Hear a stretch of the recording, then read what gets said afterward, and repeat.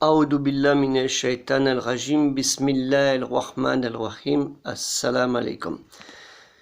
Je cherche la protection de Dieu contre le Satan, le lapidé, de par le nom de Dieu tout clément et tout plein de miséricorde, que la paix soit sur vous. Actuellement, nous entendons parler de l'apprentissage de l'arabe, de la laïcité et de bien d'autres choses concernant les gens de confession musulmane au gouvernement, avec des projets de loi sur le séparatisme et ainsi de suite. Je pense qu'il y a un vrai faux débat. On est en train de nous dire, faut-il apprendre l'arabe à l'école? Déjà, il faut savoir qu'il y a 18 000 personnes qui étudient l'arabe dans les collèges et les lycées en France, que l'arabe est la 8e langue apprise dans l'enseignement public. Donc, c'est pas une grande majorité de personnes. Le seul souci, c'est de savoir quel arabe qu'il faille apprendre. Est-ce que ça va être l'arabe des mosquées? Dans le sens de, quand vous allez dans la mosquée, ce sera juste, vous apprendrez le Coran et des hadiths. Les gens vous diront, Allah subhanahu wa ta'ala kal, ainsi de suite. Ou Rasulullah sallallahu alayhi wa sallam kal, ainsi de suite. Donc, ça veut dire, le message, Dieu a dit, voilà, et le prophète Mohammed, que le salut et la paix soient sur lui, a dit, est-ce que ça va être que ça? Alors que la langue arabe est beaucoup plus riche de par sa littérature, déjà par le Coran, et tout ce qu'on peut en apprendre, de par sa littérature, de par tout l'exégèse qu'on peut en trouver, toutes les sciences connues depuis des siècles qu'on peut en trouver. Et c'est bien malheureux de savoir que rien n'est fait réellement dans ce domaine. Les associations, les grandes associations musulmanes connues de par tous, ont failli. Je m'explique. En fait, au lieu de se bagarrer entre elles, d'avoir le leadership, d'avoir le contrôle sur la communauté musulmane, afin d'en retirer je ne sais pas trop quoi, est-ce que c'est de l'argent, de la fierté ou autre chose,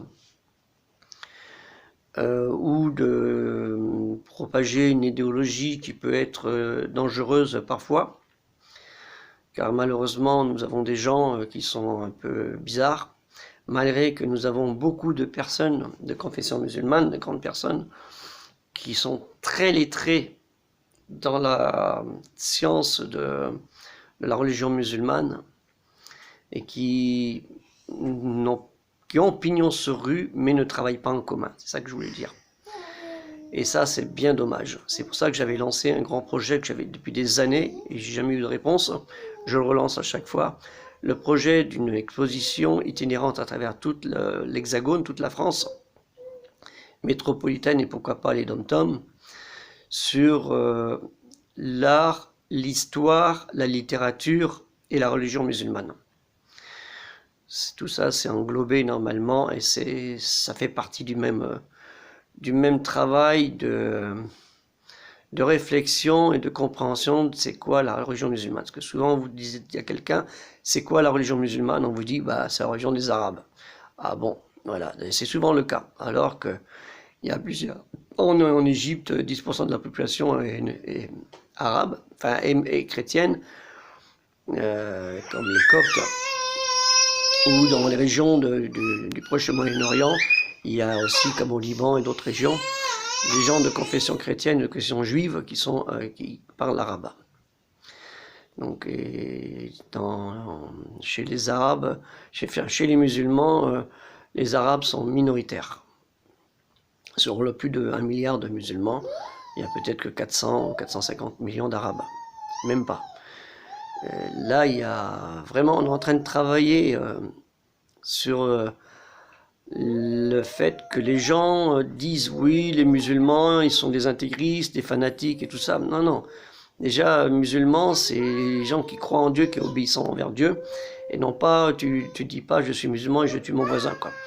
Quand on dit Bismillah ar-Rahman ar-Rahim, je demande de par la miséricorde et la compatissance de Dieu, donc nous, si Dieu il est clément et miséricordieux, pourquoi nous on ne le serait pas? Et quand on dit je cherche la protection de Dieu contre le Satan, donc si on cherche la protection de Dieu contre Satan, c'est pas pour faire le mal non plus.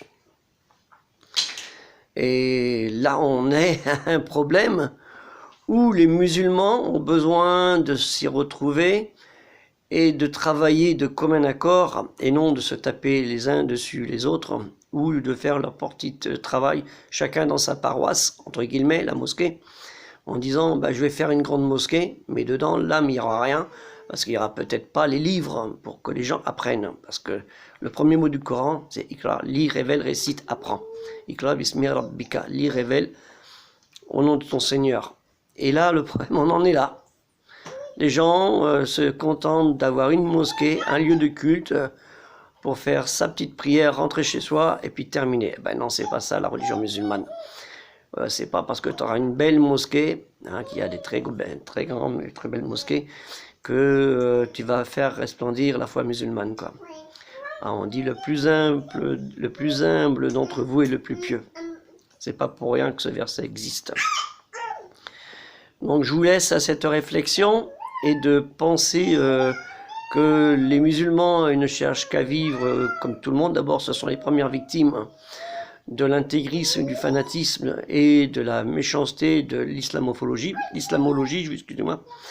Donc, faut penser que non, les musulmans ne sont pas dangereux.